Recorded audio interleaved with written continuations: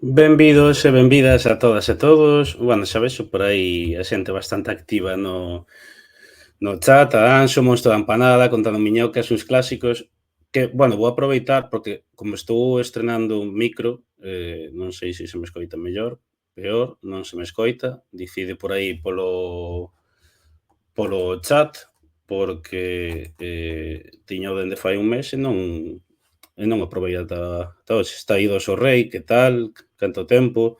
Ben, non, é que isto é un pouco, bueno, non debería de contar, pero estaba usando este último ano estes auriculares, non? Que ten este micro. Pero, tan intelixente que son eu, pois conectei, facía os directos co son, eu pensei que estaba falando por aquí, pero non, era polo son do ordenador. Por eso non se me escoitaba tan ben. Pero agora eu creo que se escoita un pouco máis profundo e sen tanto ruído de fondo. Terei que ir mellorando algunhas cousas, pero bueno, eu creo que mellor. Nada, darvos a benvida a todas e todos. Eu sei que é unha hora complexa para facer un directo, pero bueno, as cousas e campañas son así, e sobre todo que, como sabedes, vai a quedarse a subida a YouTube, Spotify e iVoox. Conto con subila ao rematar esta conversa, así unha horiña despois ou así xa está subida, e como sabedes, que din por aí, avultan os libros de Paco, sí, sí, os Francisco Rodríguez, sí, sí, están aquí. Sí, sí, non os teño lidos aínda de todo, pero sí, sí, sí. E nada, hoxe, como sabedes, temos unha conversa ben interesante, unha conversa que, como sempre, quedará subida en todas as nosas plataformas, onde tedes xa máis de 106, 107 conversas. A conversa de hoxe titulámola Unha ollada galega a Europa, aproveitando esas eleccións que veñen este domingo, que bueno, son as eleccións que, inda que é certo, falarémolo hoxe, non? Que, bueno, a xente mobilízase moito menos, mira menor importancia, digamos, non? Con as eleccións municipais, autonómicas, etcétera, non? Son as eleccións importantes. Tamén é certo que levamos sobredose de eleccións, entón eso tamén afecta, pero Penso que hai debates en riba da mesa nos que tamén Europa ten un papel importante, nos que Galiza tamén ten moito que dicir, non? E para iso hoxe, como sabedes, temos a Ana Miranda, que é eurodeputada do BNG e candidata do BNG para estas eleccións o domingo. Temos a Duarte Romero, que, bueno, viviu en Londres, agora xa vive aquí outra vez, e que fixo ali, pois, moitísimos anos parte da comunidade galega, non? E tamén estivo bueno, fixo parte do podcast Té con Gotas, que, por certo, tamén nunha das primeiras conversas Orgullo Galego estiveron ambos os dous, non? Con este podcast. E tamén temos a María Traba, que é emigrante galega en Berlín e que segue a día de hoxe en Berlín, non?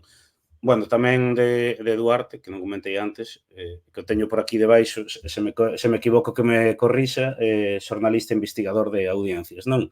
11 anos no Reino Unido, entón, bueno, eu creo que son 3 perfis moi interesantes para tocar estes temas. Vou a ver se por aquí temos a Ana. Vale, vai chegar xa. Entón, a idea hoxe é que bueno, a conversa dure unha horiña máis ou menos, non? Pero vamos ir tocando de distintos temas, pero que tamén vos poidades meter algunha pregunta. Se hai moitas, non sei se darei metido todas, pero bueno, intentarei meter todo o posible, sen filtros, a non ser que sexa algo, bueno, xa sabedes, a mensaxe de odio, se non vou a meter todo, porque a idea é que hoxe pois tamén estas 3 convidadas pois podan aportarnos o seu punto de vista. Un pouco que trataremos é por unha parte, o que é o papel da emigración galega, tamén a construcción da visión dunha visión nacional en chave de país, non? Moitas veces dase na emigración, falar un pouco tamén, pois, no contexto no que se dan estas eleccións europeas, un contexto tamén de guerras e moito debate, tamén da cuestión das renovables, o armamento da gandeiría. Vamos a tocar tamén, pois, un pouco como as redes sociais poden servir tamén a día de hoxe, pois, para conectar comunidade galega no exterior e tamén conectala co país. De feito, bueno, e tamén un pouco, pois, como, digamos, esta conexión, pois, pode servir para ese enriquecemento, non? Ese intercambio de culturas da galega e outras, non? Deste continente. De feito, iba a comentar antes que, aproveitando que estei do Sorrei, pois, eles tamén teñen un podcast que é moi interesante, en o que tamén podes aproveitar para aprender moito principalmente de culturas minorizadas, non? E nada máis. Voulles dar paso agora. Este sí que vai a ser un dos últimos directos posiblemente eu creo que ata setembro, máis ou menos, seguramente fagamos 2, 3 máis e logo pararemos e despois, pois, para finais de setembro, comezos de outubro, poder retomar, aínda que eu polo menos estou aí dándolle voltas de que facer, se seguir facendo directos ou facer uns pouquiños menos e ir facendo máis fora de directo, non? Ou seja, gravalos e subilos directamente ás plataformas, porque, bueno, o Twitch, polo menos, o sea, segue a funcionar, pero dende a pandemia xa non funciona, non? Igual, e é lóxico, porque ao final daquela estábamos máis tempo na casa, agora non tanto, entón, no noso caso, non sei se por aí hai alguén conectado que estea a emitir en Twitch a día de hoxe, pero no noso caso, a gran maioría das visualizacións veñen fora dos directos, entón, vendo un pouco iso, pois igual racionamos un pouquiño. Voulles ir dando paso, porque Ana debe de estar a conectarse xa, polo que me din aquí. Voulles dar paso xa a María e a Duarte. Boa tarde. Hola. Hola, moi boa tarde, que tal? Que tal? Bueno, benvidos. No caso de Duarte xa é a segunda vez. María María Primeira, entón, nada, darvos as benvida e grazas por estar aquí hoxe nunha hora que igual non é a mellor. Bueno, grazas a ti polo convite. Un placer, sí. Iso, moitas grazas, un placer estar aquí por segunda vez. A última vez foi unha conversa moi agradable, creo eu. Efectivamente, era cando estábamos na pandemia, entón era outro contexto, pero, bueno, un placer de estar aquí e grazas polo convite. Eu xa non me lembro se esa conversa fixémola xa no Twitch ou daquelas ainda fora no YouTube. A verdad que non me lembro. Eu creo que igual foi por aquí. Anda Anxo por aí tamén. Anda Anxo por aí no chat, a ver se lembra, porque eu xa non me... Pero, bueno, que en todo caso, pa xente que non... Como vexo que se segue a conectar... Di por aí Gonzo Mordor que foi por aquí. Sí, pode ser. É que eu creo que... Sí, non? Foi aquí. Eu creo que... se foi a partir do cuarto directo ou así, xa cuarto ou quinto xa comezamos directamente en Twitch. E nada, e recomendar a xente, logo pasarei polo chat, tédelo en YouTube, non sei se subiría o podcast aínda, pero tédelo en YouTube a conversa que tivemos con Gotas, que ademais foi moi interesante e que eu ainda pensaba estes días que con todo o que se falou daquelas, non foi hai tanto, foi hai 3 anos, pero cambiou todo moitísimo. Moitísimo. Outro mundo, vivimos outro mundo. Sí, efectivamente.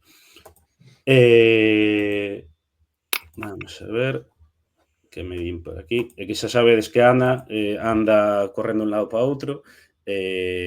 Logo rematar aquí ten outro meeting tamén, se non me equivoco. Entón, bueno, un esforzo bastante grande que está a facer para vir hoxe o directo, non? Se non se vai cun pouco de atraso, non é unha campaña de verdade, tamén che digo. Xa. Ademais, claro, eu, polo menos a miña impresión é que esta campaña, non falo delas, non das persoas candidatas que van na lista, que ao final traballo de moito tempo, pero polo menos a nivel mediático, digamos que as últimas 2 semanas, máis ou menos, quero dicir, non é igual como as galegas nunhas estatais que igual xa un mes e pico antes podes estar tal. Eu creo que isto está se focalizando moito na semana última, o sea, na anterior semana e nesta, non? Sí, totalmente. Eu non teño moita sensación de campaña, ese pulso que houbo nas eleccións anteriores, creo que agora non se está vivindo, pero, bueno, é un drama tamén que creo que unhas eleccións que son moi importantes realmente, porque moitas cousas se deciden en ámbito europeo, que non teñen unha cobertura mediática máis ampla, que as propias organizacións políticas non fagan porque se debata máis, é un drama. Claro. Hola, Ana. Hola, moi boa tarde. Acabo de incorporarme porque veño de actos e de unha reunión precisamente en Mos con xente afectada por unha problemática que hai e entón non me dan as horas. Non sei os demais se fan campaña ou non, creo que fan pouca, pero nós, dende logo, estamos deixándonos a pel. Xa. Escoitasnos ben perfectamente, verdade? Maravilla. Pois nada, eso, igual que lle decía a eles, darche as grazas tamén, porque xusto que estábamos comentando agora, que ti andas sempre correndo un lado para outro, pero agora máis con estas eleccións que tes que estar, non? E logo, se non me equivoco, tes meeting, entón, bueno, agradecerte tamén o esforzo, porque sei que implica un esforzo moi grande para ti. No, é unha honra estar aquí, máis con compañeiros tan vos como a vos, no caso do traballo tan intelixente e tan dinamizador que fai Orgullo Galego, no caso de Duarte, persoa de referencia tamén da diáspora cando estaba en Londres e, bueno, agora ainda que non estás ali, efectivamente, con ese programa que facían que nos gustaba tanto, non? E que sempre oíamos e seguíamos dende moitos lugares e, por suposto, con María Traba, que está en Berlín e que forma parte tamén da nosa candidatura e é unha moza que está vivindo en outro territorio da Unión Europea, noutro territorio europeo e que sabe moi ben das problemáticas que afectan a nosa mocidade. Así que creo que é unha palestra moi boa, Pois sí. Vamos a comezar, o que sí que antes de entrar máis en materia, eu sempre tento, pois, que a conversa alén, pois, as cuestións máis políticas, non? Tocar un pouco tamén, pois, persoais, entre comiñas, non? Entón, vou comezar primeiro con Duarte e con María, non? Un pouco, vos que no caso de Duarte, bueno, agora xa regresou, María segue en Berlín, non? Estades na emigración, entón un pouco eso, como foi esa experiencia, pois, bueno, de ter que abandonar o país, non? E ter que chegar, pois eso, a un país novo. Duarte, se queres saberlle ti primeiro. Veña, pois abro eu a veda. Bueno, pois eu son da xeración de 2008. Se hubo un ano que nos marcou, creo, a miña xeración foi ese, o da crise económica. En aquel momento estaba estudando a carreira e ves como o mundo colapsa, non? Ao teu redor. Entón, foi rematar a carreira en 2010 e preguntaste, ora, que? O que no meu caso pois foi intentar buscar o futuro fora no Reino Unido por, digamos, afinidade lingüística. Eu falaba inglés e non falaba pois alemán, francés ou outras linguas, optei por marchar a Reino Unido. Ali botei 11 anos, onde, bueno, tiven distintos traballos hasta chegar ao que me dedico agora, así de investigación de audiencias e mercados, etc. Desde logo, unha experiencia, bueno, das que marcan. Ten, desde logo, unha parte moi negativa, que tes que marchar do teu país porque as opcións laborais que existían naquel momento eran prácticamente nulas para unha persoa da miña xeración.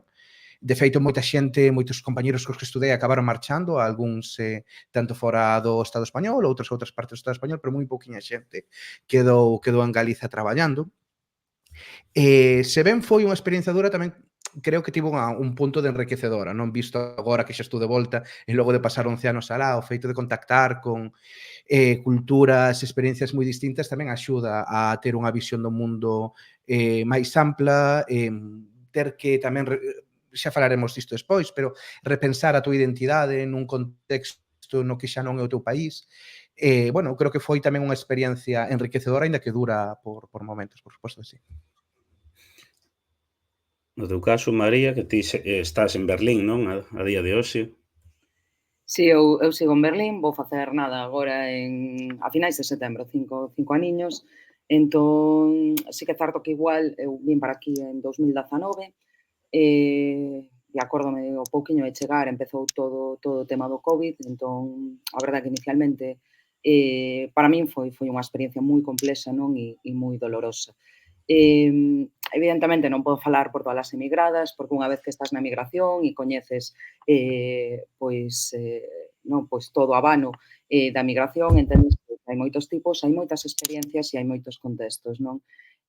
No meu caso, quero dicir, tiña unha parella que intentou buscar traballo ali, non atopou traballo ali no país, despois de enviar varios currículums, atopou traballo aquí. Entón, eu vim para, bueno, pois, para non abandonar, non, esa vida de parella. E sí que é certo que, pois, mira, eu cheguei a finais de setembro, un 24 de setembro, e o 1 de outubro comezaba a traballar. Pero sigo dicindo, aínda así, claro, no meu caso foi case un acto de supervivencia, non? Un pouco pola miña parella, pero forzada polas circunstancias a nivel laboral, non? Entón, para min chegar a un novo país sí que implicou pois enfrontarme a un traballo precario e unhas condicións de vida que para min non eran as máis aceitadas. Unha experiencia, como di Duarte, moi enriquecedora tamén, é certo, e a oportunidade pois de coñecer, non, moitas culturas, sobre todo en Berlín, que imagino que como en Londres pois é un crisol, non exclusivamente alemana, senón que che abre moita vida, mas tamén, como digo, moi complexa e moi dolorosa, non? Eu teño moita morriña e a verdade é que teño moita envexa a Duarte por ter volto, e esa é a miña, en ese caso, a miña meta, non, conseguir voltar. E iso teño claro. E no teu caso, Ana, ti, bueno, levas no Parlamento como eurodeputada, se non me equivoco, dende 2012, pero o certo é que o teu traballo 2012? Non. Levo de eurodeputada 2011-2012, despois 2018-2019. Sí, claro. Pero non levo dende 2012 ata agora, No, xa, pero certo é que o teu traballo, en todo caso, no Parlamento, sen ser como eurodeputada, ven de moi atrás, non? Xa, quer dicir, de moitos anos antes. Entón, quería eso, pois, preguntarche un pouquiño como foron eses inicios, non? Bueno, os meus inicios foron no ano 97, cando eu traballaba en Galiza e deixei o país tamén para ir a facer un terceiro ciclo a Lubananef, a Lovaina, e fun cuidar un meniño ali, que hai moita xente que non sabe isto, pero eu cuidei un meniño de au pair que se chama Paul, era un neno, ademais, do Congo, que hai moitas familias mixtas en Bélxica, non? E entón coñecín tamén, bueno, a raíz disso, non só o mundo belga, o mundo africano, non? E entón cuideino e estudiei todo ese ano, e despois fixen prácticas no Consello de Ministros da Unión Europea durante 6 meses, e despois estive tamén noutro traballo ali, e foi despois no 99 cando empecé a traballar con Camila Nogueira. Pero ao principio, cando cheguei a Bélxica, antes de que tiveramos o escano, estive 2 anos antes ali, foi de au pair e estudando. Entón, lembro que houbera un xornal galego que sacara o de au pair a Unión Europea, non? Sacara como un artigo sobre mí naquela época, e o mellor de todo, sabedes que é? Que sigo en contacto con ese meniño, e ese meniño xa é moi grande. É maior, xa veu a Cuntis, que é un gran logro, que viñera a Cuntis. Cando naceu a miña filla, el foi ao hospital a Bélxica, e ao principio, eu tiña unha bolsa moi precaria. Ao principio, cando estive en Lovaina non tiña bolsa, entón traballei cuidando a ese neno, e logo no ano seguinte tiña unha bolsa moi pequeniña, e entón daba clases tamén ao mesmo tempo, como moita xente en todo o mundo que vai a traballar nos principios das cousas. Despois xa empecé no Parlamento a traballar con Camila Nogueira, despois perdimos o escano, bueno, non o perdimos, gañámolo no 2004 e houve un recurso de la Falange, porque la Falange, por desgracia, estamos no 2024 e aínda existe. A Falange se presentaba ás eleccións e recurriu o escano do BNG e perdimos no mes de agosto a representación que o Bloque Nacionalista Galego tiña nun Parlamento, e era, ademais, Camilo Nogueira o candidato. Imaginade o que foi aquel momento, esa extrema dereita que estaba aí e que segue aí, por desgraza, e que habemos en todas partes aínda coa problemática que hai. E despois, bueno, foron distintas etapas, logo cando o Bloque propuxo a proposta de presentar, despois non estivemos, despois volvemos a estar, é como oscilante, non? E eu creo que agora hai a oportunidade, a partir deste domingo, que voltemos àquela época de ter un escano completo, que é tempo de que o país teña un escano completo e propio, non? Pero, bueno, pasei moitas etapas de distintas épocas, non? Sobre todo esa época de Lovaina, do principio, na que tuvías, bueno, como a xente máis fillos da xente que podía estar ali un pouco de vacacións, non? Pero nós, fillos dos traballadores, fomos traballar como tantos, non? E, ademais, nestes anos pude ver pasar moita xente que pasou por Bruxelas, moita xente que pasou pola diáspora. Parte da miña formación en relación coa diáspora galega xurde en Bruxelas cando perdemos o escano, entón o Bloque me encomenda esa tarefa de ir polos centros galegos e de ir por toda Europa tamén a reunirme con xente. Entón, eu que facía? Eu ia nas fines de semana, pagaba do meu peto para ir a París ou para ir a Rotterdam ou para ir a onde fose, a Londres, ou teñome reunido moitas veces a falar coa xente para ver que podíamos facer. Lembro unha conversa con Ramón Chao en París, que Ramón di, hai que organizarse. Aquí hai que organizarse porque somos un mundo, somos un país, non? Un país fora. Esa idea do país fora que tanto nos orgullece. E a raíz de aí foi cando empezamos a crear todos os grupos da diáspora, algúns xa xurdiran antes, e a tratar de organizar un pouco Belegá na emigración, e que agora forma parte xa do Belegá de emigración, que ten grupos en distintos países, e que tratamos de canalizar tamén demandas da xente que está tanto da mocidade como cando foi todo o momento dos emigrantes retornados, toda aquela loita que fixemos tamén no Parlamento Europeo. Ainda onte estaba o compañero de Suiza Belenda, que nos apareceu así de sorpresa no mitin de Ourense, que xa sabedes que el está en todas partes, non? Entón apareceu no mitin de Ourense e decía, tantos emigrantes retornados os que se lle solucionou o problema precisamente por estar con esa organización na diáspora, non? Fixemos en Londres tamén algún acto, precisamente coa compañeira Saleta Chao, que está agora en Santiago, que tamén é de Cuntis, porque o lobby de Cuntis aquí pesa. Fixemos algunhas dinámicas así de tratar de informar sobre o Brexit tamén, e iso foi un pouco a idea de organizar. E logo eu tive un papel tamén de aglutinar unha parte da diáspora naquela publicación que fora Galiza Global, que moita xente xa non se lembra, pero que tamén abriu algunhas pontes sobre ese concepto da Galiza Global de que non somos pobo con independencia de onde estemos. Aí hai un tema moi interesante. Bueno, de feito, o que comentabas ti agora, vime a cabeza que xusto na publicación deste fin de semana desta charla comentaba aí unha persoa de, bueno, Ana non estivo todos estes anos no Parlamento, pero sí que estivo. Non estivo oficialmente, quero dicir, con escano, pero sí estivo porque ese traballo continuou, quero dicir, o sea, non é un traballo que quero dicir, que a xente pode pensar, bueno, como o Banega non tivo escano, xa non houve traballo, eso non é así. Non, houve traballo e, sobre todo, había un traballo tamén de fondo con estas cuestións, relacionadas tamén coas relacións internacionais. De feito, por iso, as nosas relacións internacionais no mundo son moi amplias, porque tamén fixemos un traballo de fondo con organizacións políticas. Por exemplo, outro día, cando gañou Claudia en México, a nova presidenta, hai unha relación con esas organizacións. Hai tamén coa diáspora de América. E logo presentábamos preguntas a través da coalición, pero, claro, non é o mesmo ter un escano no que podes intervir nas comisións, no que podes intervir, por exemplo, na Comisión de Política Regional, que é a Comisión dos Fondos, sobre a fuga de cerebros, como tantas veces intervín denunciando que non se pode contabilizar como mobilidade laboral o que é emigración pura e dura, porque así é emigración. María non marcha se atoparas traballo aquí, non marcharías. Non é... E tantos casos que nos contan. Eu atopome moitas veces nos avións, cando vou falando como unha silveira con todo o mundo, atopo moita xente nova que marcha para Suecia a montar eólicos, mariñeiros moitísimos, traballadores da construción con máis de 45 anos que están marchando agora a Suiza.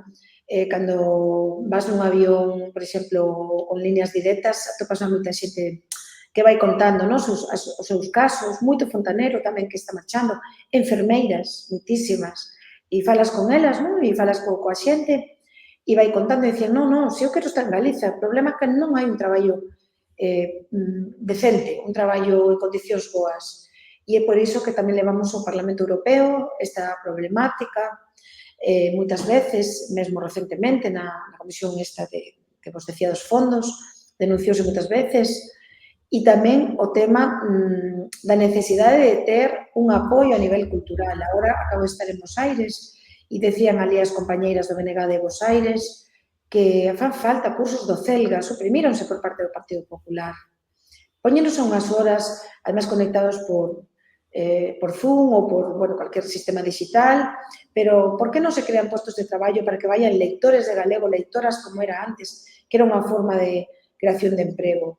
Hai unha demanda e unhas necesidades de atender tamén a esta nova comunidade que quere estar pendente dos nosos temas, e non só iso, senón non se facilita. O consulado de Basilea, a xente de Basilea ten que ir ao consulado a Berna, a xente en Francia ten que moverse para poder votar, pero hai moitas demandas, non? Non falo todo. Sí, eu quería preguntarvos algo da cuestión da migración, e é que, tocastes indirectamente, non? Moitas veces, hai algo que é moi curioso, eu vexo tamén, porque, por exemplo, en Orgullo Galego hai milleiros e milleiros de seguidores que están no exterior, cando digo milleiros, é que igual máis a metade dos seguidores, xente que está Barcelona, Suiza, Reino Unido, Irlanda, Argentina, Madrid, Bilbao, moitísimos sitios, non? E dáse a situación de que moita xente di, bueno, eu, digamos que a raíz de marchar en migración, pois, tiven ese sentimento de morriña, pero esa morriña foise transformando nun sentimento, digamos, nunha visión de país, de identidade nacional, digamos, nun sentimento máis avanzado políticamente. Entón, comezo primeiro con María Duarte e logo Ana, o primeiro caso con María, pero pregunto vos tres, non sei se vos é algo que percibides tamén na migración, bueno, no vosso caso, non sei se xa fostes, digamos, cunha conciencia de país feita ou tamén foi así. Comezamos con María. A ver, eu, no meu caso, honestamente, sí que xa teño unha conciencia de país creada desde hai bastantes anos. No meu caso, chegou no ano 2002 co Prestige, quero dicir, estaba eu aínda no instituto, entón, eu xa vin aprendida e estudiada a casa, non? Mais sí que é certo, e eu vexo dúas cousas. A min sempre me chamou poderosísimamente a atención, por exemplo, a xente que comeza a militar no BNG na emigración, que non son poucos e poucas, quero dicir, é unha porcentaxe bastante grande, non? E como chegas, quero dicir, porque estamos falando de xente pois, que moita dela en algún momento vive na Galiza. A non militar, cando estás alá, non ia dar ese cambio unha vez chegas á migración, onde é moito máis difícil militar, porque ao final, depende de onde milites, estás moi só. Quero dicir, nós temos un militante en Australia, claro que está el en Australia, entón eu entendo que é moitísimo máis difícil, non? Incluso as horas para conectar e demais. E logo tamén vexo, por exemplo, nos aquí en Berlín temos unha asociación cultural que se chama de Berlín Son, bueno, que facemos foliadas, pois celebramos o Día das Letras Galegas, o San Xoán, Antroido, tocas a pandeireta, bailase e demais, e eu estou totalmente convencida e sei perfectamente que parte desa xente que forma parte de Berlín Son probablemente pois non estaría facendo foliadas ou non as facía no país ou non tocaba a pandeireta ou non bailaba, non? Eu creo que aí o estar lonxe da terra, pois no fondo nos sentimos desposuídos dunha parte da nosa identidade, non? E isto leva ao final a unha reflexión sobre o noso lugar no mundo e a importancia de manter viva a nosa cultura e, sobre todo, a loitar polos dereitos da nosa terra, non? Eu creo que a migración fai, en moitos casos, que tomemos conciencia da necesidade de construir unha Galiza máis xusta, unha Galiza para todos e para todas, non? Incluso para nós tamén, que estamos fora. Duarte. Sí, eu a verdade é que teño unha opinión bastante parcial de María. Sí que tamén é a miña experiencia logo dos 11 anos. Aló de que unha vez que estás fora, a idea ou a vontade de facer un traballo a nivel cultural máis apegado ao país, á lingua galega, ou unha autoidentificación, vamos a chamarlle galeguista nun sentido moi amplo, non necesariamente ten por que dar ese salto político, non? Pero iso sí que eu notei a moita xente que igual non viña, non traía ese sentimento de casa. Eu creo que iso ten que ver tamén con buscar o teu lugar no mundo, porque ti chegas a un país que non é o teu, no que automáticamente xa pasas a ser o estranxeiro, o que ven de fora. Entón, aí teste que preguntar, quen son eu? Que son eu? Son galego, son español, son europeo, son do meu país de acollida? É un proceso de reflexión que moita xente pasa. Algúns sintense cómodos coa identidade de españoles fuera e participan neses foros, neses espazos, outros renegan completamente de calquera identidade previa e para min eso ten que ser algo moi complicado tamén e queren integrarse, máis que integrarse, asimilarse, eu creo que dun xeito bastante negativo na cultura na que están, pero tamén moita xente que está moi integrada no país no que está vivindo, no país de acollida, sí que fai esa reflexión e di, bueno, pois eu son galego e aínda que igual en Galiza eu falaba castelán maioritariamente, sí que quero buscar espazos nesta comunidade onde poida falar galego. Ou sí que quero acceder a determinados consumos culturais en galego.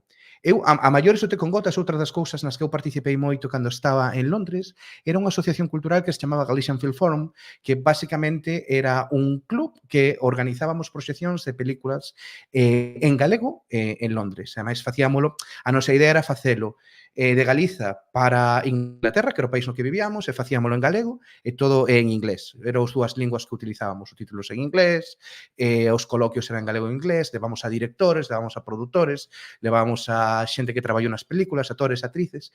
E unha cousa que nos sorprendeu era a cantidade de xente que ia a ver cine en galego. Era moi difícil, igual que nunha sala en galego, en Galiza, houvese 150 persoas vendo un documental sobre pois un encoro que se construiu no sur de Galiza. Sen embargo, ali pasaba? E pasaba porque eran espazos tamén de socialización que a comunidade migrante estaba buscando.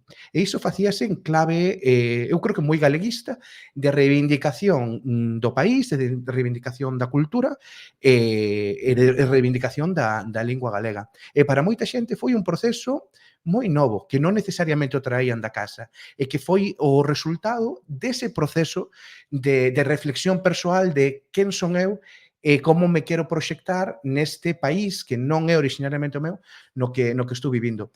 Como curiosidade, hai unha tese sobre isto que fixo un rapaz na Universidade de Glasgow. Eu ainda non a lín porque non está publicada, pero, bueno, a mí entrevistaronme para o traballo de campo daquela tese e iso, que é algo que tamén chamou a atención, digamos, da academia, a construción destas identidades na diáspora, e particularmente na diáspora británica, que é a que eu coñezo máis.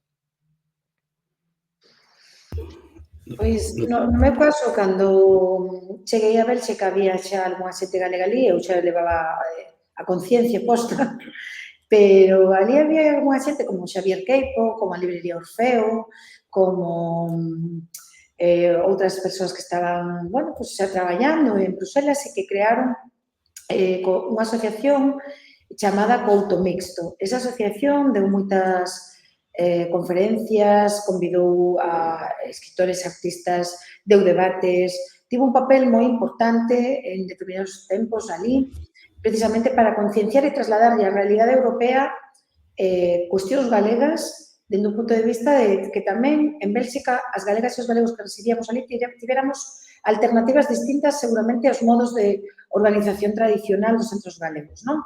Convivíase cos dous, pero había como outra reflexión. Logo estaban as pandereteiras de Llalma, que eran moi dinámicas a través do Centro de Music Public, onde a música galega estaba moi presente.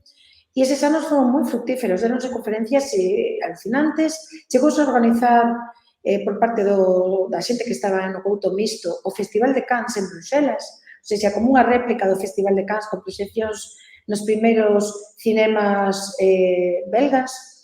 E tamén agora xurdiu outro movimento que foi o musical. De repente, uns mozos e mozas galegos residentes en Bruselas deciden hai 2 anos emprender un proxecto novo que é o Emigración, con tremendísimo éxito, que foi apoiado tamén por nós, como BNG, precisamente a través do Escano, co feito de poder levar un grupo de visitantes para que aí poderan convidar aos grupos, que son esas posibilidades que ofrece o Parlamento Europeo, pues, de poder levar visitantes, non? Como fixemos nós as demandas políticas tantas veces, grupos de mariñeiros, de labregos, de mocidade, de enfermeiras en loita ou dos afectados polos preferentes, non? Bueno, pois, consideramos que a cultura galega tamén ten que ser protexida en Europa. Consideramos que a cultura, a música galega e o estatuto do artista ten que ser unha das demandas e reivindicacións que fagamos tamén nesta legislatura se entramos a partir do día 9, e que a xente teña un estatuto igual que pode ser unha pandereteira galega en México. Cualquier artista en México ten un salario por ser artista, uns mínimos cobertos. Non pasa iso en Galiza.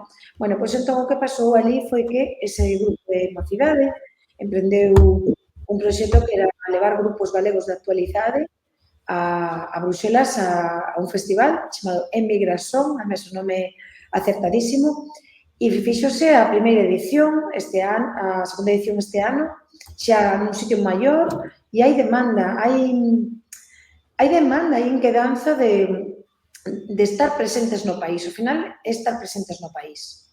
Porque non é... Todo o mundo colle o teléfono e conéctase e escoita a lontreira. Ou todo o mundo escoita dos grupos que foron de rapas. Pero a cuestión é velos, vivir a experiencia que a veces non podes facelo porque non podes vir. Entón, é a accesibilidade de estar no país tamén presente. Por iso, eu creo que faltan como mecanismos de poder poñer en común. E eu concordo con María e con Duarte que hai moita xente que non falaría en galego, non falaría de cultura galega ou non se metería ao mellor nun debate sobre estas cuestións fora do país, pero que dada a circunstancia de que están expatriados coincide e benvidos son o grupo de investigar, non?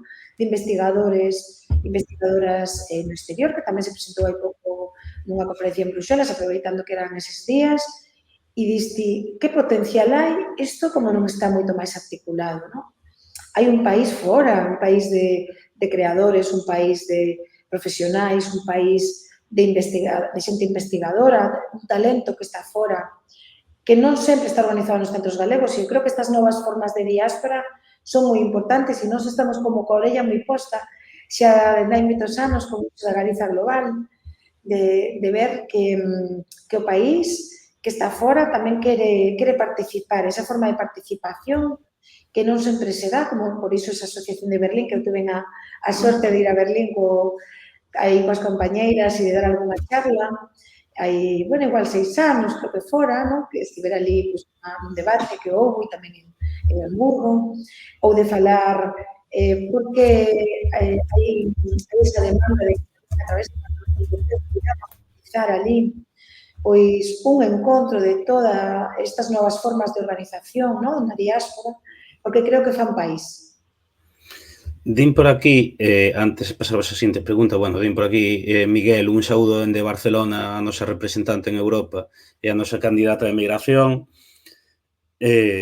Di por aquí Gonzo que, bueno, que el concorda en que reforza, non, a emigración, ese sentimento de país. Comentan por aquí tamén, ás veces, mellor non organizarse arredor dos centros galegos. E o que sí quería, bueno, aproveitando isto que tocastes, non, porque tiña unha pregunta que, vamos a ver, sobre todo aí no ano 2010, 2011, cando xa nos primeiros anos esa crise de 2008 que tanta mocidade emigrou, non? Eu lembro que daquelas amigos que emigraran, non? Dicían, bueno, que estaban en contacto coa xente maior que se levaba fora 30, 40, 50 anos, e dicían, bueno, hai 60 anos, pois había centros galegos, había moitas redes, a día de hoxe é como que igual a xente vai cada un máis pola súa conta, sen embargo, recentemente é como que moita xente di, bueno, agora o papel positivo que poden ter as redes sociais neste caso é que nos está axudando moito outra vez a tecer lazos en común, a conectarnos, a ter o país máis presente, a poder organizarnos pois mediante grupos de WhatsApp a xente que vive en Barcelona, en París, etc. Entón, a miña pregunta é se vos pensades que as redes sociais poden cumprir de algún xeito tamén ese papel de reconexión de emigración e que contribúa tamén pois a construir país novamente dende a emigración, non? Comezo xeso con Ana e logo vamos con María e con Duarte. Vale, vou ser breve para que teñamos así debate tamén. A ver, é evidente que hai unha forma de comunicación que é actual e que funciona. Pero tamén hai que ter en conta algúns centros galegos. É dicir, a manipulación que o Partido Popular fixo de moitos centros galegos e que sigue facendo, porque de feito o que leva o meu nome, o secretario xeral de Migración, anda por Buenos Aires estes días, en eleccións. Que é isto, non? Bueno, pois a manipulación que o Partido Popular fixo non quere decir que haxa centros galegos que se deixen influir. De feito, hai centros galegos nos que se están dando debates e charlas que son interesantísimas e que creo que tamén temos que ter en conta. Non podemos pensar que hai formas de organización só exclusivas, senón que hai lugares nos que sí existen centros galegos, nos que pode haber certo dinamismo, pero tamén son lugares de encontro. Eu hai pouco estive en Xenebra, co alcalde de Xenebra, ali nunha reunión, cando fomos tamén os actos antes da campaña das xerais, e paramos ali os dous con o noso compañero Xesús Gómez, que tamén é de Xenebra, que foi sindicalista, e que tivo un papel tamén moi importante na recuperación dos aforros dos galegos en Suiza, e entramos naquel bar do centro galego, e o alcalde foi recibido ali con moito cariño, porque tamén é orgullo de que un dos seus chegou a ser tamén ali alguén con voz, non? Ter voz nas cousas, ter voz nas realidades, non? E tamén salimos dali e nos atopamos con unhas persoas estranxeiras que estaban nunha asociación de saharauis e o alcalde tamén era recoñecido. Como nós, tamén como galegos, nos metemos en todas as realidades. E creo que tamén iso pode ser unha fonte de conexión. E despois, bueno, nós estamos, por exemplo, en centros de redes que nos chegan, pois, os migrantes que están en un lado, os migrantes que están noutro. E onte mesmo, para a noite, conecteime a unha charla do Partido dos Traballadores de Brasil que ia dirixida aos brasileiros que están en Galicia. A ver, danse unhas redes tamén de diáspora e rediáspora maravillosas, porque nós estamos no mundo tamén en outros lugares. Entón, calquer medio de comunicación é bon. O que non é normal é que, por exemplo, non haxa un apoio maior e que a política da Xunta, neste sentido, só vai a través dos centros e non noutras formas de diáspora. María. Sí, nada, eu concordo con Ana, eu creo que alá onde poidamos chegar, alá onde teñamos compañeiros, non, que teñan un interese pois en traballar polo país de algún xeito e en facer cousiñas e en mantermos viva a nosa cultura, a nosa lingua, o noso pobo, sempre hai que traballar, sempre hai que dar o debate e sempre hai que estar. Eu aí sí que son moi dada. Evidentemente, quero dicir, entendo que, pois claro, a emigración, quero dicir, non é unha entelequia, non é unha cousa así, non, metafísica, quero dicir, o sea, son persoas, como dicía antes, pois moi diferentes, non, con moitos contextos e con moitas situacións, e evidentemente, pois non todo o mundo ideolóxicamente se parecerá a nós, a min, ou terá, desde logo, a mesma idea de país. Pero aí tamén hai que facer traballo e é fundamental, porque nos centros galegos está aglutinada moitísima xente que leva moitos anos na emigración, moitísima, e que fan moitas cousas, quero dicir, igual non na liña que máis nos convecería ou que máis nos gustaría, pero sí que organizan cousas, fan actividades e aglutinan. Con respecto ás redes sociais, claro, un non concibo a día de hoxe aglutinar, por exemplo, e me poño no caso de Berlín, non? Berlín é enorme, quero dicir, o sea, é grande, pero a uns niveis absolutamente estratosféricos. Entón, claro, pois igual eu teño unha compañeira que vive a 1 hora e pico de min, se non chegase polas redes sociais, pois non coincidimos, pero vaya, nin de casualidade nesta cidade, porque, o sea, somos de barrios totalmente distintos, non? Entón, para nós, a creación de redes sociais, de decir estamos aquí, que a xente nos poida buscar, pois é o que nos permite contactar, neste caso, coa xente da diáspora, que eu dicía que sin ela realmente, a día de hoxe, non tendo, no caso de Berlín falo, pois un centro referencial físico, non, quero dicir, nós somos unha organización, non temos local, non temos, o sea, somos moi novas, acabamos de cumplir 5 anos e non temos ningún centro referencial. Se nos contactan polas redes sociais, se non saben das nosas actividades polas redes sociais, é inviable que nos contacten, é inviable sumar xente e organizar xente non en base pois a cultura galega e demais. Entón, claro, para min estar na diáspora e non contar con elas é un erro e, aparte, un paso cara ao fracaso de intentar montar absolutamente nada, non? Duarte. Pois eu vou rachar un pouquiño discrepar lixeramente co que dixeron Ana e trabar unha cuestión. Claro, eu fun da xeración que rachou co Centro Galego en Londres, dos que nos buscamos a vida fora. É moi incómodo, é moi difícil para moita xente colaborar e traballar con moitos centros galegos que están constituídos, e o de Londres era un deles.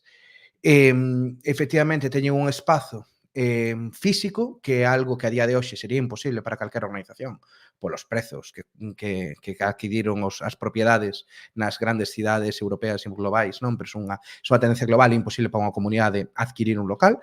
Eles levan conservando moitos anos, porque marcaron no ano 60 e pico, pero non é unha ferramenta útil para a emigración nova. Houbo moitísimos conflitos ao longo do tempo que eu estive ali co Centro Galego. E tamén, eu creo que esa idea, que igual houbo noutro momento, da necesidade dun espazo físico de socialización, de construir un centro, xa non é tan necesaria para a nosa xeración, porque as redes non é só ter redes sociais para comunicarse, é tamén o xeito de traballar e de organizármonos en redes de persoas, e redes que tamén se moven polos intereses que ten cada grupo de persoas nesta rede. Se miramos, por exemplo, como se artellou a nova diáspora en Reino Unido, sempre foi por cuestións de interese. Organizáronse peñas de fútbol, había unha do Depor, había outra do Celta. Organizáronse, no meu caso, o Galician Film Forum. Había podcast, había un grupo que facía ópera, había grupos de música tradicional, tanto de baile, como de pandeireta, como de gaita. Non precisabas necesariamente ter unha única cuestión que che organizase todo. Cada un iba buscando o seu xeito de encaixar. Sí que despois, co tempo, pois acabáronse creando outra rede. De feito, o nome da organización que se montou foi Rede Galega no Reino Unido, precisamente reflectindo esta idea de traballo en rede, para facer algunhas cousas porque nos interesaban a todos, tipo un magosto ou cousas polo estilo, pero non creo que faga falta necesariamente a figura do Centro Galego tal e como está montada para que poidas ter unha comunidade na diáspora vibrante. Eu, se me permitides, sobre ese tema, claro, unha situación é a persoa que reside no exterior e que busca distintas formas e cada un se organiza como quere. Nós, como organización política, sí que temos un pouco a obriga un pouco diferente, ¿no? Por iso me explicaba tamén de ir aos centros galegos no noso caso como organización política para falar con todo o mundo, porque falamos con todo o mundo. Claro. Pero, efectivamente, dentro das novas formas de diáspora, tamén o fixemos moitas veces, non? Como tamén en esas presentas en Londres, entendendo que estaba pasando algo moi grande, que era novas formas de organización.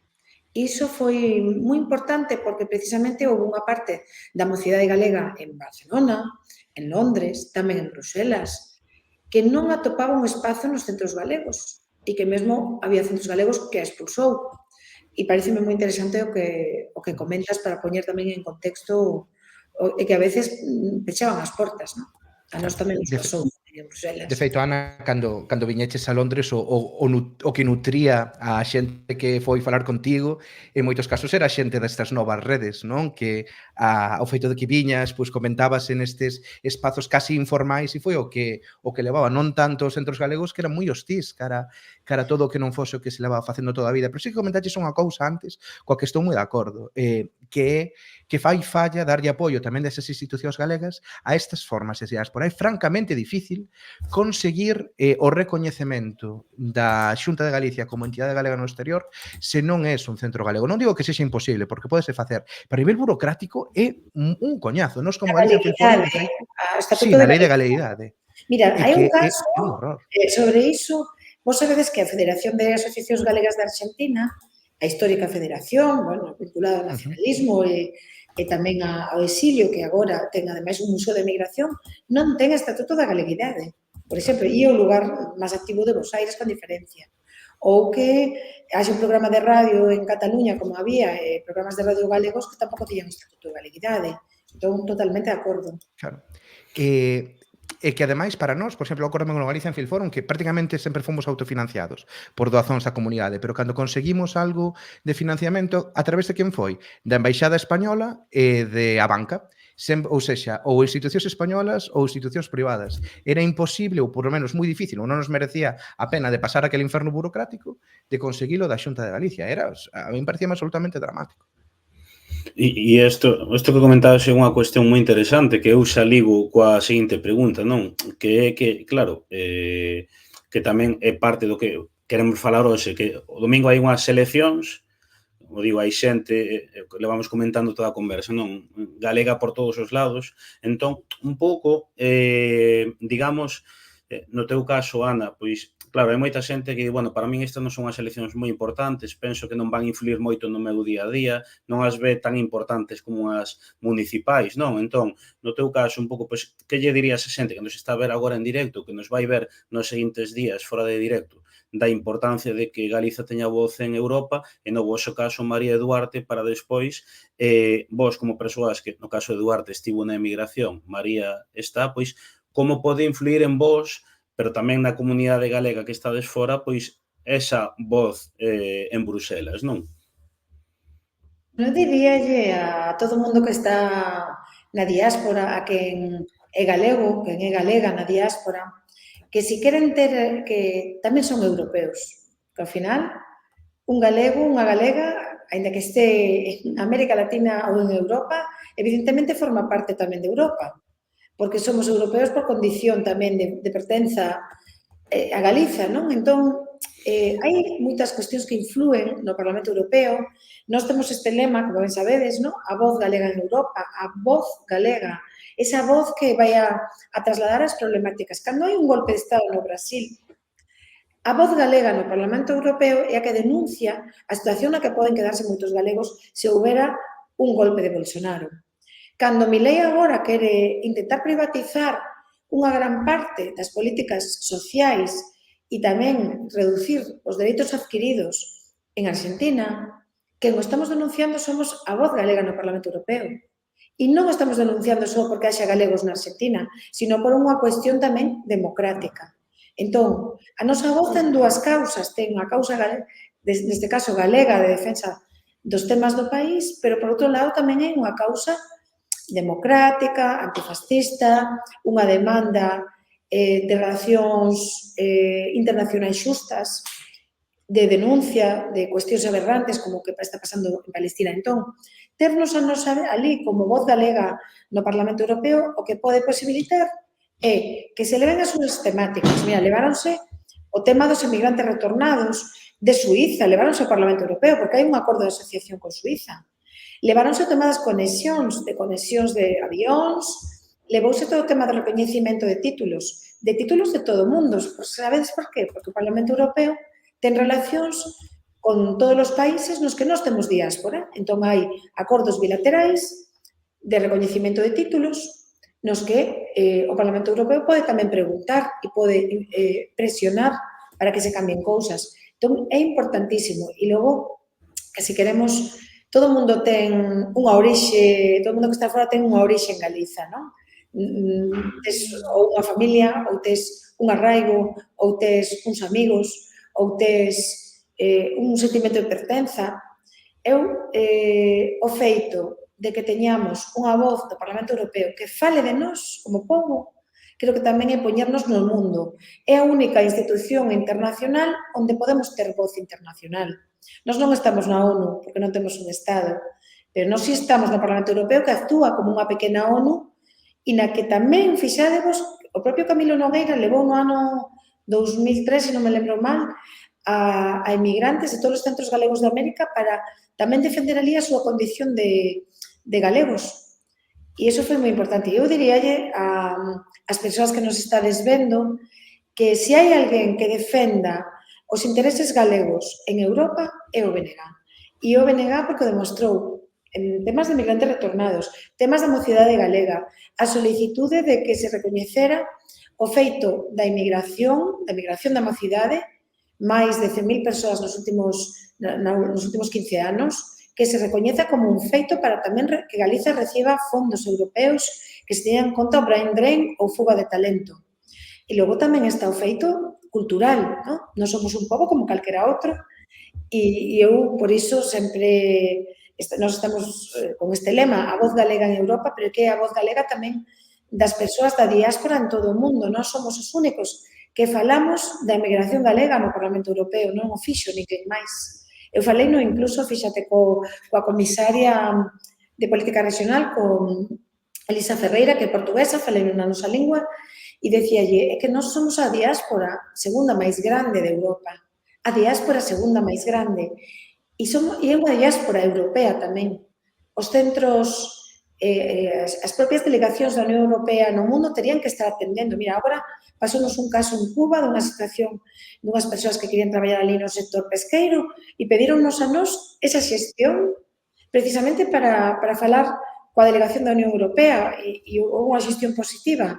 Pasounos tamén moitas veces en América, estános pasando en algúns estados. Entón, é moi importante ter esa voz e eu, a verdade, pidolle pois tamén ese apoio á xente da diáspora para que pensen que nos defende nunha institución como o Parlamento Europeo, porque decídese tamén sobre nós e, sobre todo, cando se fala de políticas antidemocráticas e neste avance que está habendo de forzas de extrema dereita no mundo que, ao final, van tamén con o noso sentimento como galegos e como inmigrantes que son algúns de defender tamén unha cultura democrática e de paz e unha cultura antifascista, neste caso, estamos vendo moitas ameazas no mundo, non?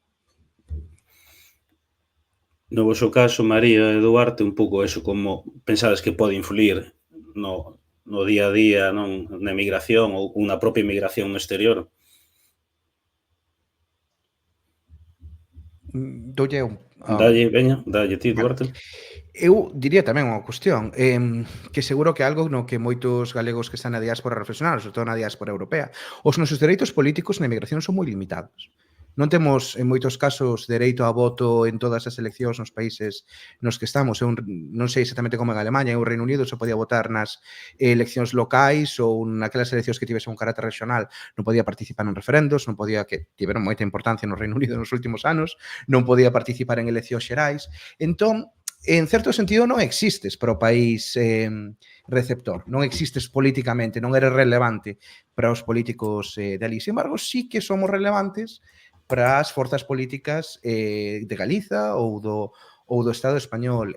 Cando nós estábamos en Londres, cando Ana viñetese ali a falar xunto con outros eurodeputados tamén nunha das ocasións a falar do Brexit, un momento no que había moitísima incertidumbre por parte non só da comunidade galega, sino de todas as comunidades de migrantes europeos de cales iban a ser os nosos dereitos, porque nós tiñamos segundo que dereitos en Reino Unido por a pertenza á Unión Europea. No momento no que se sae, quedas no limbo, non? E sí que realmente ese contacto con representantes que se preocupaban máis por ti do que se preocupaban moito os representantes británicos, pois foi algo moi positivo. Entón, xa que temos os dereitos políticos limitados a xente que estamos na diáspora, eu creo que é importante conectar con que realmente está defendendo os teus intereses e os teus dereitos, neste caso en institucións internacionais como a Unión Europea.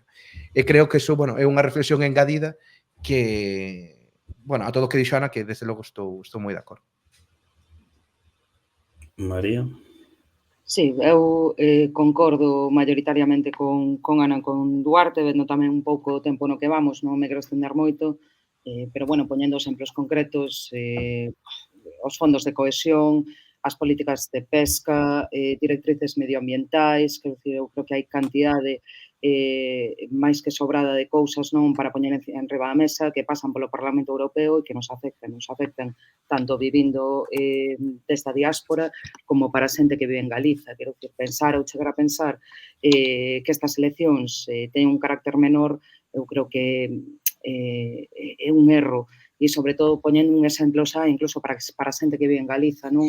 O tema de Altri, que agora está tan en moda. Altri ten un custo de 800 millóns de euros, pero claro, e o dixeron que necesitan 250 millóns de financiación a través dos fondos Next Generation. Esos fondos son da Unión Europea. Sen esos 250 millóns de euros, Altri non sae adiante. Entón, aí, quero dicir, só compensar eso, non pode ser que estesamos centos e miles de compas na rúa intentando parar a Altri e que logo non se vai a votar, non? Cando vemos que hai unha consecuencia directa de quen está na Unión Europea e para quen goberna quen está na Unión Europea, si para a xente ou para os mercados. Entón, e aí está a clave, non? Eu tiña aí unha pregunta un pouco relacionada xa que comentaba María para Ana. Vou ler moi rapidamente aquí no chat, porque hai xente que está en directo dende Bruselas, Nova York, Barcelona, comentan por aquí tamén un pouco de críticas tamén no funcionamento dos centros galegos. Di por aquí Pablo que importancia ten atopar persoas e figuras sobresaíntes e representativas como Ana para mobilizar a xente no contexto de migración e que non se precise ese empurrón das redes sociais para acadar a movilización. Di por aquí tamén Gil Santiso, comenta: a Belenda non se pode conectar, manda un saúdo dende a Confederación Helvética para Ana Miranda e para a representante da diáspora María Traba, de parte do BNG de Suíza. Dígolle hola, dille hola. Comenta tamén por aquí. Suíza é moi activa, moi activa, sí. Especificamente a Belenda, quero dicir, a Belenda é unha persoa... sempre está. Aparte, nós tamén temos aquí moitos seguidores en Suíza, moi activos, sempre falando, mandando cousas, preguntando, a verdade é que sí. Comenta tamén Caranovo 97, grande Ana, saúdos en de unha das novas formas de organización, e di tamén para Duarte que para nós, o emigrasón, refírese ao emigrasón, máis que lío burocrático é que teñen uns requisitos tremendos, e tamén, entrando un pouco hai algunha cousa que citou Ana, esta pregunta tamén é para Ana, non? É porque, falamos eso da emigración galega, das necesidades de Galiza, non? Pero tamén o pobo galego é un pobo emigrante, non? E, polo tanto, un pouco no que tú busques tamén transmitir esa mensaxe de rexeitamento, non máis deste auxe da extrema dereita que hai xa por toda Europa, bueno, por todo o mundo, e que en Galiza non somos alleos a que poida chegar aquí, non? Entón, nese contexto tamén hai un campo que pelexar, non? Que é o tema da extrema dereita, logo tamén hai moito debate aí coa cuestión das guerras que hai abertas, do xenocidio en Palestina, a cuestión do militarismo, bueno, hai tamén moitas ameazas globais, non? Que tamén, dende Galiza, hai moito que dicir, non?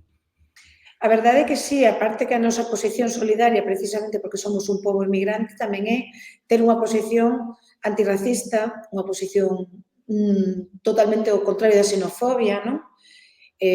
Con outros povos. Esta semana reunímonos co Foro Galego da Emigración en Galiza. Eu chamei os novos galegos, as novas e os novos galegos. Son noso pobo xa, viven aquí. Eu agora estou na sede en Pontevedra, que estou en tránsito para ir despois a un meeting, entón parei no camiño, e son novos galegos, son novas galegas. E o que non queremos para eles é o que non queremos para nós, non queremos que sexan precarizados. O que se está decidindo nas políticas europeas son dúas cousas fundamentalmente, que haxa servizos públicos e traballo e servizos decentes, con calidade, e que haxa paz. Estamos nun momento no que se está falando da paz, porque o contrario que está facendo a Unión Europea é incrementar o gasto militar. E cando se incrementa o gasto militar, o contrario é reducir o gasto social. E que unha moza, un mozo galego ou en Alemania teña, ou neste caso non no Reino Unido, pero podía ser en Irlanda, podía ser en Francia, podía ser en Luxemburgo, teña unhas condicións diferentes a un mozo galego que non pode acceder a unha situación de vivenda que é un dos problemas fundamentais do país. Como nos decía outro día tamén a compañeira do Foro Galego de Inmigración, que é brasileira, Kika, e decía que o problema é que se está aplicando ás persoas que veñen de fora condicións moi precarias e de abuso. Nós non queremos iso para os novos galegos, como non o queremos para a xente que xa naceu aquí. Entón, creo que temos que ir a unha Europa social e a unha Europa dos povos que sexa integradora en todos os sentidos. E logo que, para quen lle interese, nós no Parlamento Europeo tivemos un papel moi activo na denuncia destas forzas de extrema dereita, un papel moi activo denunciando precisamente, primeiro a Unión Europea no sentido que existan campamentos e políticas de asilo e de inmigración que non son honestas, que non son humanas, que son inhumanas. E no noso escano, o que se fixo sempre foi, primeiro por Galiza e tamén primeiro polas causas xustas da humanidade, non? Esas causas xustas das que estamos falando, no que nada nos é alleo, no que vas a un campamento de refugiados en Grecia e como non conmoverse con un campamento de persoas en Moria que logo ardeu, como non conmoverse co que está pasando co xenocidio en Palestina. Iso decídese tamén no Parlamento Europeo. E se non temos voces que falen tamén de outra Europa e de outras políticas neste gran debate que está vendo, non?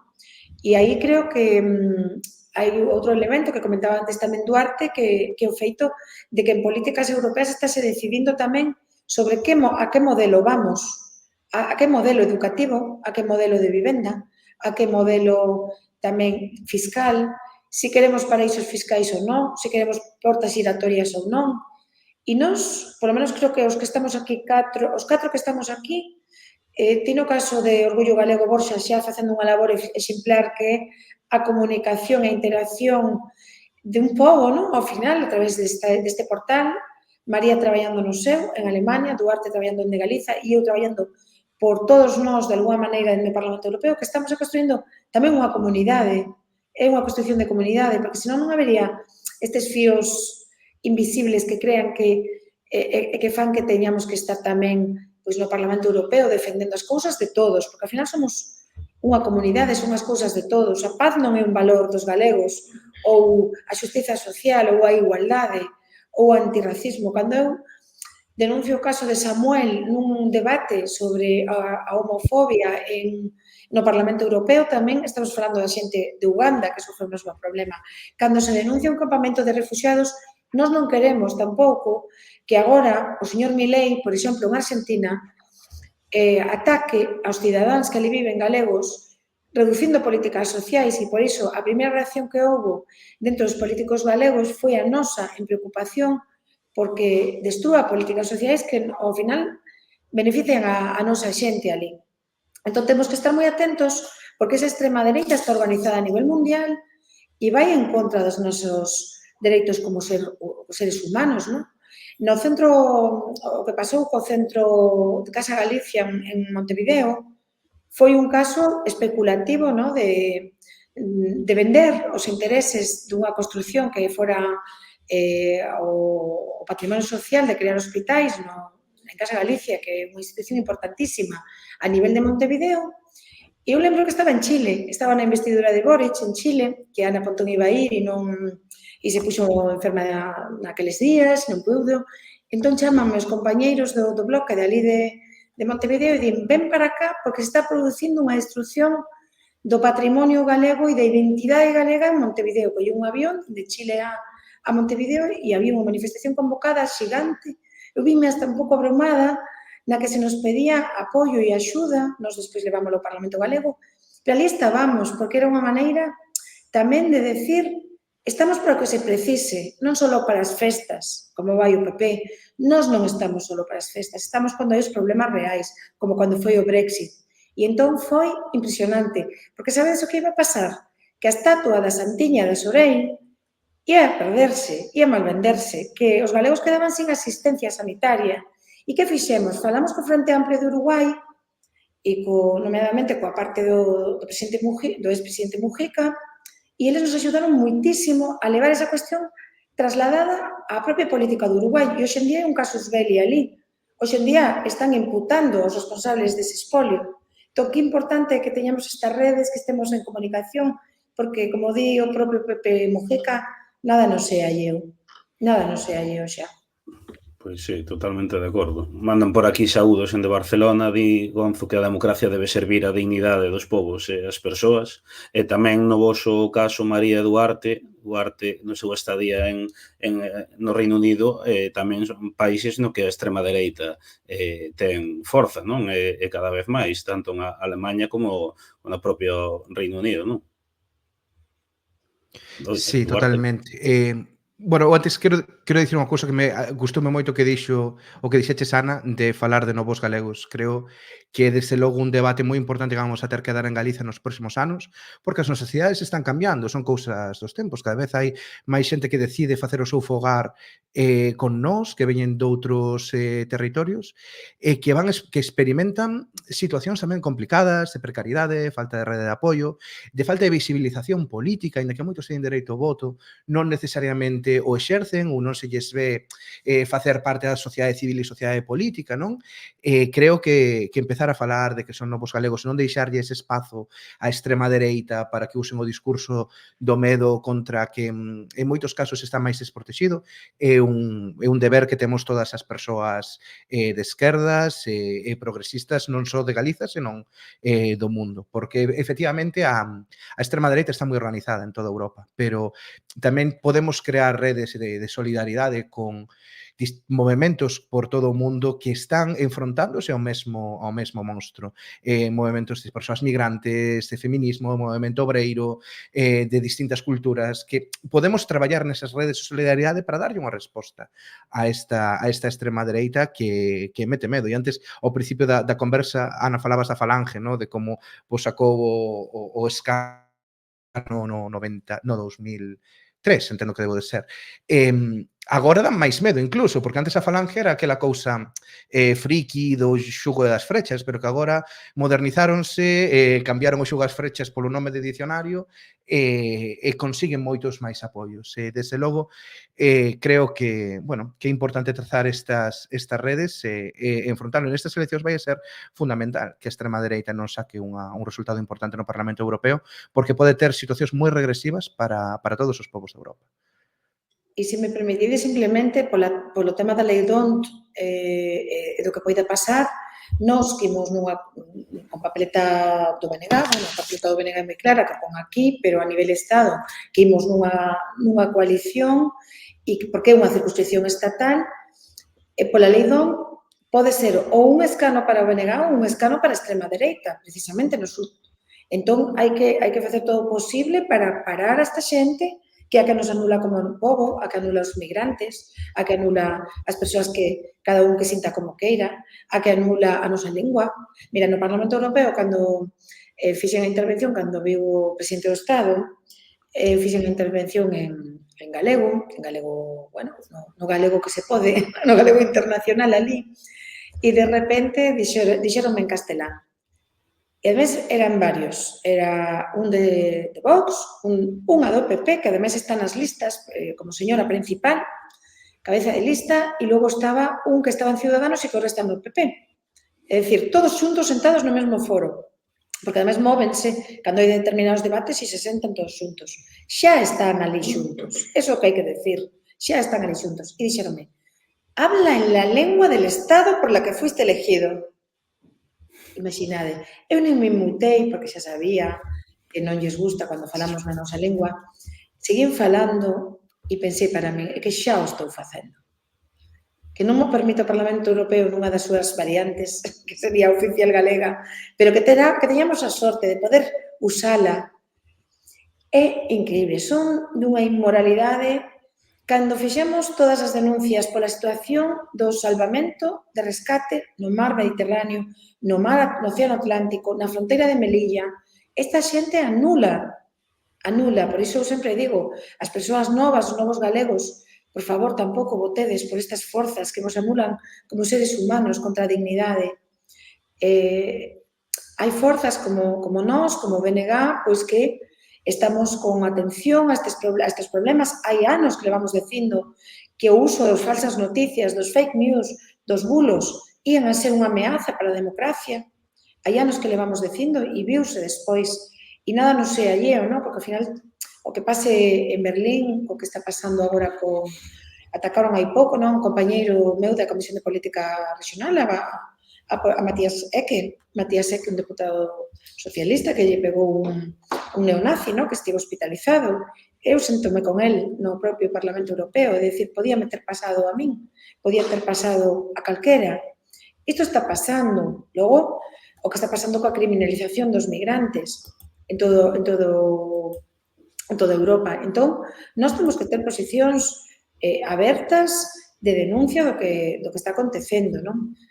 E me parece que son unhas eleccións moi determinantes onde hai unha extrema dereita organizada que non só europea, sino que a través desa iberosfera que actúa precisamente en América Latina foi a que desestabilizou o goberno de Brasil, a que estivo antes en Paraguai e Honduras, pero que está agora en goberno a que tentou tamén en Chile e está en goberno en Argentina. E hai que estar moi atentos se nós non vamos calar, non imos calar.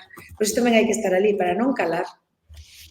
Efectivamente. E ademais, no teu caso, María, tamén aí, bueno, Alemanha, o auxe da extrema dereita é alarmante, non?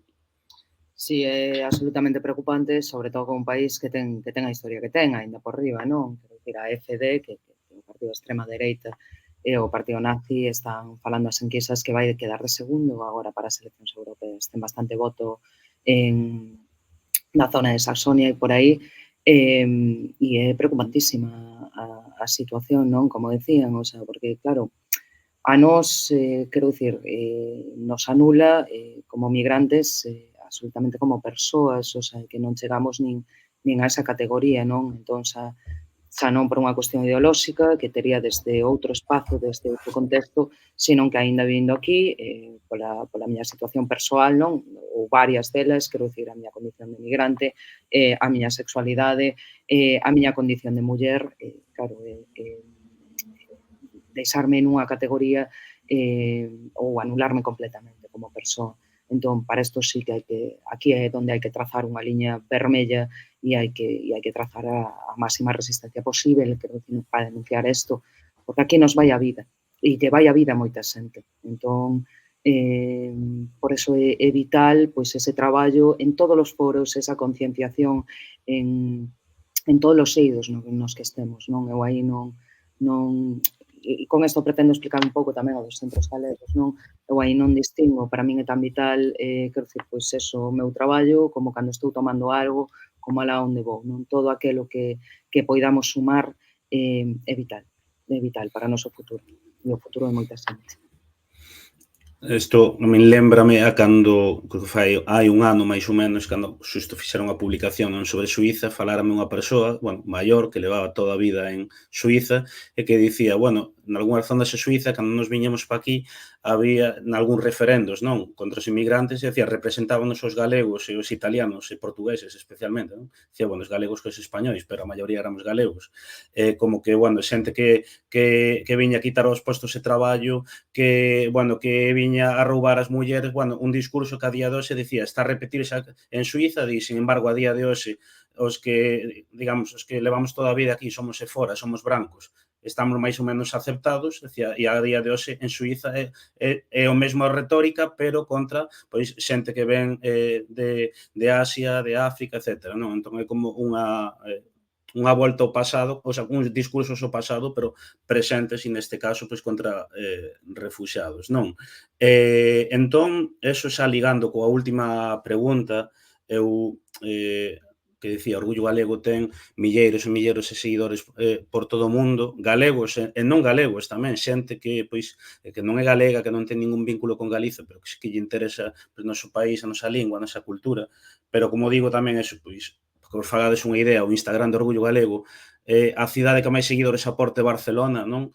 Suíza aporta milleiros de seguidores, Argentina, de feito con Argentina teño unha historia aí ligada a Ana, que fun a coller antes, non? Esta imaxe que me darás ti, Ana, nun meeting do bloque de... Sí, pois nun directo do Orgullo Galego, non, nun vídeo que fixen por Instagram, a rapaza que fixo faloume, porque vira ese directo por privado por Instagram, sorprendida, non, por esta imaxe, xa lle contei a historia, non? Entón, quero dicir, é moi curioso como tamén é un exemplo de que o país tamén se construe no exterior, non? Entón, a pregunta que tiña con toda esa comunidade que temos un Orgullo Galego que está no exterior ou que é de fora, non? Que lle diríades, pois, a esas persoas que os están fora, que nos están a ver ou que nos van a ver nos próximos días, tanto por estas eleccións como tamén, quero dicir, de algún xeito, pois, poder integralas, non? No noso día, na nosa cultura e nas nosas tarefas pendentes, non? Un pouco eso, que mensaxe lle transmitiríades a toda a xente que nos está a ver que está fora? Comezo con Ana, continuo con María e remato con Duarte. Non, se queres, comeza con eles, que eu xa falei antes de primeira. Veña, Duarte, no teu caso?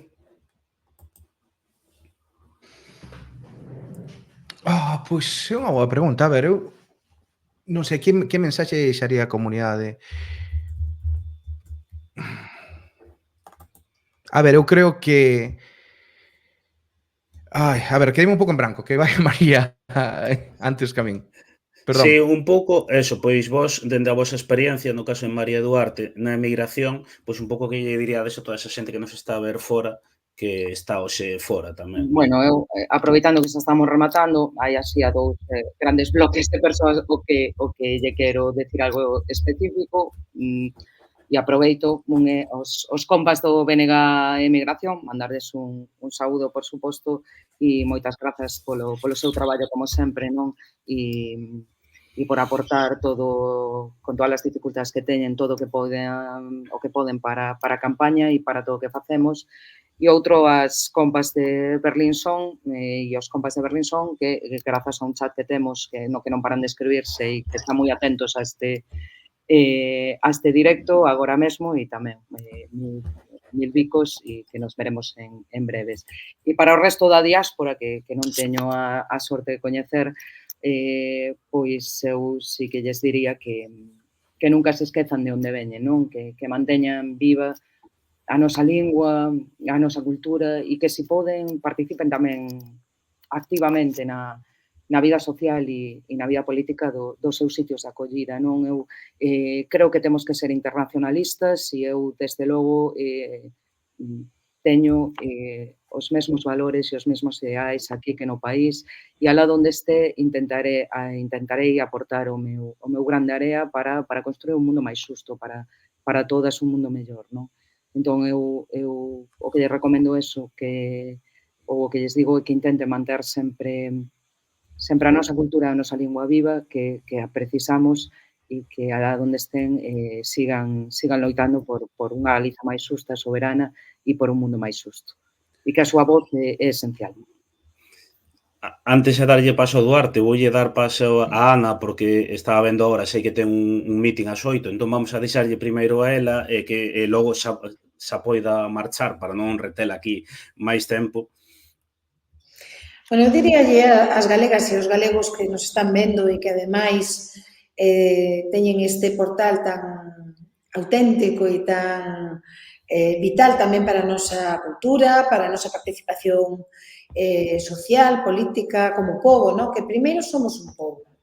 E segundo, que ollen para forzas galegas que os defenden como pobo, que non os defenden porque haxa un interés só puramente electoralista, sino que sempre se están defendendo como pobo, que ollen tamén para esa mesma ollada, porque nós, ao final, e xa o digo como unha cuestión propia do que represento, que neste caso é o BNG, somos a única voz galega que fala da diáspora galega, a única.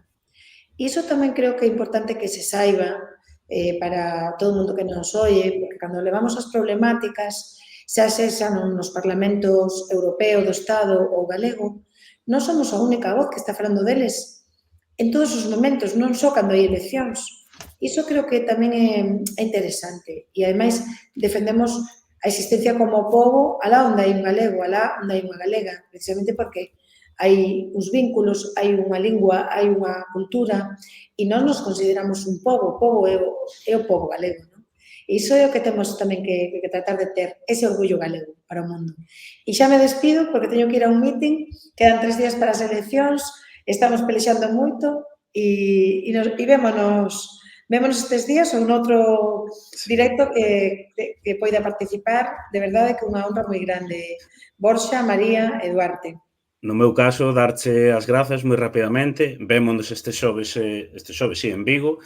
E nada, agradecerte que esteas por aquí e nada, deixarte ir xa para lá. Graciñas. Come cas mariscadoras. Veña. Veña, graciñas. Apertas, chao. No teu caso, Duarte... Sí, perdón, que antes quedeme en branco totalmente. Dicía, hai unha cousa coa que estou de acordo con María, que é fundamental que a xente da diáspora participe, porque moitas veces, cando estás fora, é moito máis difícil que a tua voz se escoite. E o xeito de que te escoiten, de que a situación da xente que está na diáspora teña algunha repercusión no país, en Galiza, nas condicións para volver, nas políticas de cara á emigración, é a través de estar organizados, a través de ter unha voz propia. Eu creo que paga a pena. O activismo cultural, non só político, pero o activismo cultural na emigración tamén é moi gratificante, polo menos desde a miña experiencia, así que realmente paga a pena. Vexo que está aquí xente comentando do emigración, eu recoñezo que teño unha envexa sana, se é que existe envexa sana, enorme do que fixeron, é algo que sempre me gustaría ter feito en Londres e non fomos capaces, e ver que siguen aparecendo proxectos así, de xente que se organiza para disfrutar do que é ser galegos, do orgullo galego, coa diáspora, e seguro que tamén con xente de outros países que se chega con interese á comunidade galega, que é algo que tamén notara moito en Londres, non? Xente que ve aquí, esta xente organizada, que non son españoles que se están organizando de un xeito diferente, non? Sí, a verdad que é unha envexasada no sentido de que, ademais, é unha actividade, non? Que xunta moita xente xoven que tamén racha, non, ese relato que tamén te escoitaba moitas veces, bueno, agora a xente moza na emigración non se organiza como antes. Bueno, este é un exemplo de que non é así, non? E que é moi necesario, porque é outro xeito de construir país. E nada máis, pola miña parte, nada máis. Vamos a deixalo aquí. A Ana xa que tivo que ir para lá, a pobre ten que andar correndo de un lado para outro. Pola miña parte, darvos as grazas a Duarte e María por estar aquí, por aportar a vosa visión moi interesante, moi necesaria.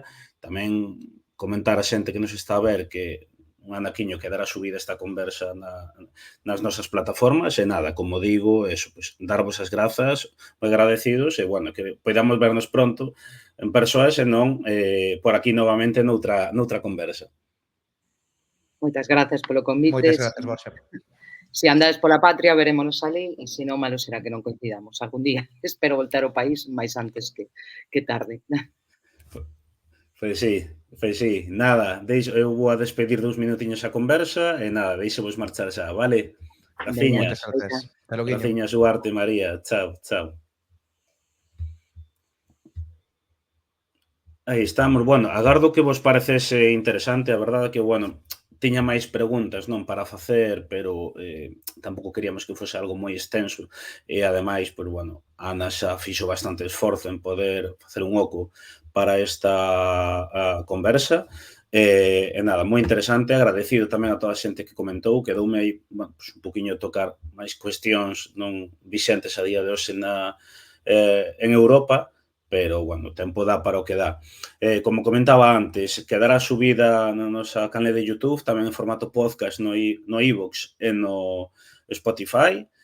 Nada máis, animarvos a estar pendentes ás vindeiras conversas, posiblemente a vindeira semana teñamos unha, estamos traballando para poder facer algo sobre San Xoán, e logo xa, pois, bueno, o que comentaba ao inicio, parar ata o mes de setembro e ver se podemos combinar un pouco esas conversas fora de directo con conversas en directo. Nada máis, deixámoslo aquí. Mil grazas por todo, graciñas ás dúcias de persoas que estiveron conectadas, que a verdade é que, tendo en conta que comezamos ás 6 da tarde, un martes, horario laboral, houve moitísima xente, e nada, seguimos en contacto, graciñas por todo, chao.